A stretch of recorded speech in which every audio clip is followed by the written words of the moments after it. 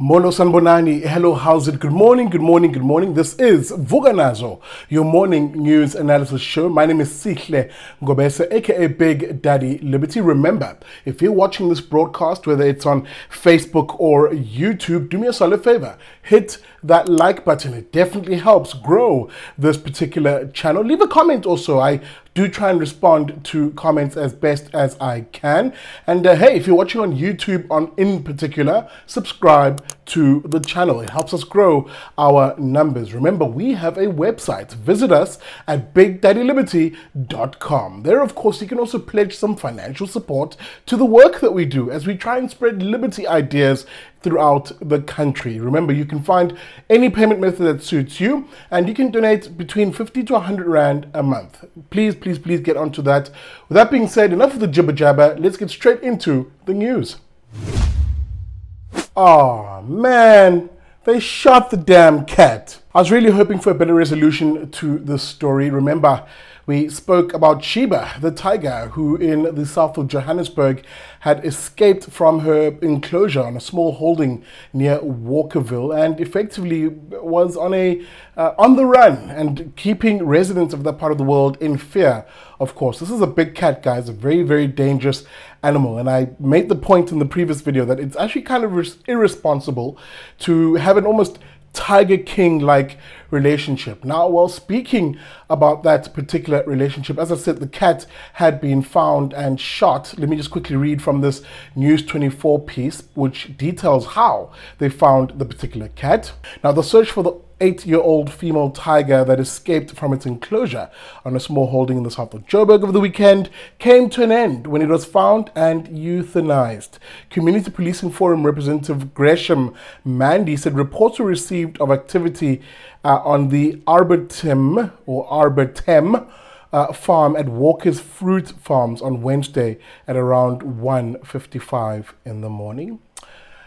Yeah, guys, they took the tough decision, they say, to actually shoot and kill the cat as opposed to trying to dart it and transfer it into an animal sanctuary. Well, now that this ordeal, in a sense, is over, there is now going to be legal ramifications for the owner of this particular cat. The same owner who, by the way, during this, as the media were flocking to his particular farm to try and get comment from him, lost his cool with journalists and even proceeded to try and assault some of them. Have a look at this.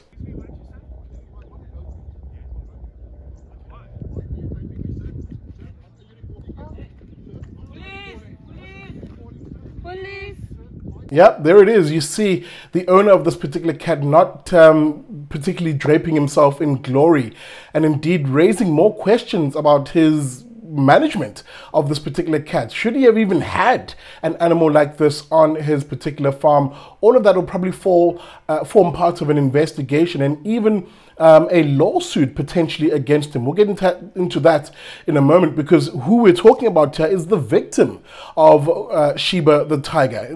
I did make mention that this cat, big cat rather, or tiger, let me just leave it at that, had already been proceeding and attacking animals in the area, from dogs to farm animals like pigs and the like. And more seriously, 38-year-old William Mokoena, who was mauled by this tiger. So it was a very serious situation. Here is Mokoena himself speaking from the hospital. Hear from him just how scary the ordeal was. I wanted to tighten my shoelace. Just by bending, I just had something, not even heard it. You see, like I put you out of nowhere. Then I fell with my back like this. It was already here, trying to get you. It was coming for the neck. Yes. You see, hands are nothing. There's things are there. Yeah. Yeah, the legs got a lot of power. Because I didn't stand up. I just kept kicking. If it comes this side, I'm turning like, if it turns this side, I'm turning with it. Like that until, but I was also screaming. Were you shouting? Yeah, I was shouting. Yeah, you can see a man who's obviously very traumatized and probably very injured. Because I've said this once and I've said it before. People often have this weird macho bravado belief that they'll be able to fight off a cat like that without injury or whatever the case may be. And you could see from that man the almost fear, shock in his voice, and indeed the extent of his injuries, that he is very lucky to have escaped death from this particular tiger. Now, you can bet your bottom dollar that this homie is looking to sue. Well, he's appointed an attorney to look into this matter, a one Zola Majavu, rather famous or infamous character, depending on how you view him, because he's always in the media in particular. But nonetheless, in a News 24 article on this matter, this is what was written. Now, the man who was mauled by the tiger, William Mokoena, was attacked in Walkerville, south of Johannesburg, by a female tiger named Sheba. Now, he has appointed a high-profile lawyer, Uzola Majavu, to investigate suing the cat's owner. Majavu said his instruction is to, quote, to investigate the potential of a legal suit. You don't just rush off suing someone. You have to determine the extent, rather, of the negligence, end of quote. So, as I said, you can imagine that this owner is likely going to be in a lot of trouble. And of course, with the media, will now literally go after him because of that particular scuffle he had with them outside his farm. Now, I'll be a bit charitable. I get it, very stressful time for him as the owner of this animal. I'm not going to impugn his character and suggest that he's a reckless dude or, he didn't care about the lives of people. He was very much a part of that search for the tiger, and indeed it stands to reason he was under a lot of stress. However, it doesn't absolve him of the negligence of this matter, and the law now must play its full course, including if that means him being punished for the situation. All right, I take you back to the issue of load shedding. There is a development on this. The president of the Republic, of course, expecting that the record outages will now be a thing of the past.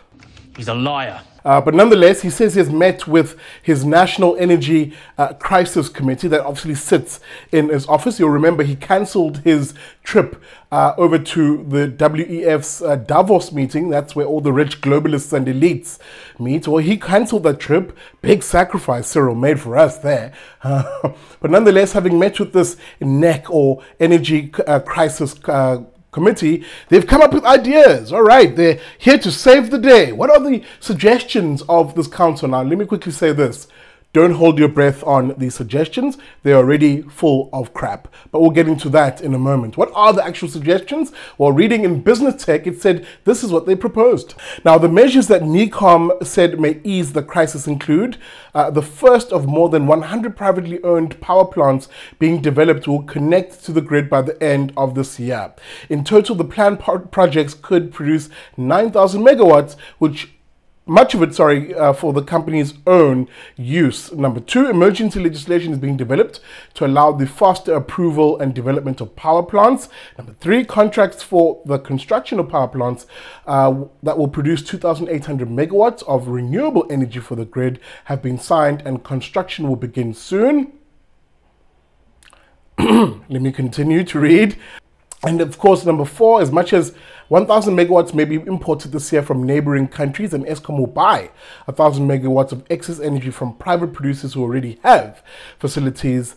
6 of Eskom's 14 coal-powered power plants have been identified for, quote, identified for particularly focus, in a bid to get them to perform more reliable. Wow, I'm struggling to read through this because of just the sheer wish list nature of it, but nonetheless, I'm nearly done.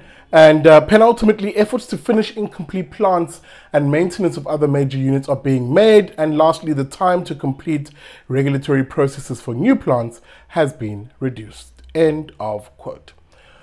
All of this is nonsense. Yep, I said it, not because I'm being a pessimist, but actually I'm being a realist. And more of you now, because you now see that the state is absolutely useless, are realists just like me. I'm going to repeat that. I'm going to say it again.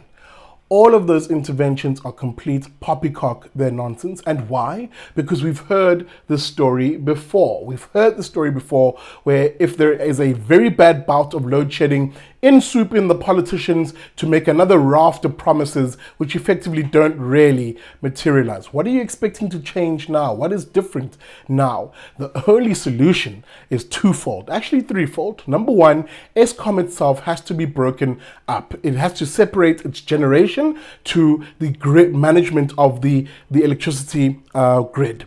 The electricity grid can stay with the state. I don't give a flying fudge about that. But generation part of Eskom should be open to the private sector for that section of a new Eskom, if you will, to compete with other private sector companies that are invited to produce and generate electricity. That's what you need. You open up the market for anybody. Come one with coal, gas, oil, sun or wind. Come one, come all in the private sector to produce the electricity. Stop depending on the state and thinking it will save you. It will not. The second thing is Eskom itself, like any and all companies in this country, remove the damn race-based empowerment legislation. It is not serving the black people that it claims to represent, whether it's black economic empowerment or not. Instead, it's serving a small elite, a small black elite who are getting mighty rich off of these crony and corrupt deals that give them business with Eskom, and of course saddle at as much as a 20% premium on the price of electricity in this country. Where do I get that figure from? I spoke to Dirk Herman, of course, from Solidarity. Check that out over here. And we spoke about this particular issue as to what hamstrings Eskom producing electricity. And the third one, of course, is move all of this as much as possible away from the hands of grubby leftist politicians. Their ideology is the very reason why we have load shedding. Until those three things are being done, I said it once, I'll say it again, nothing will change. Don't believe any of these bullet points will come to fruition.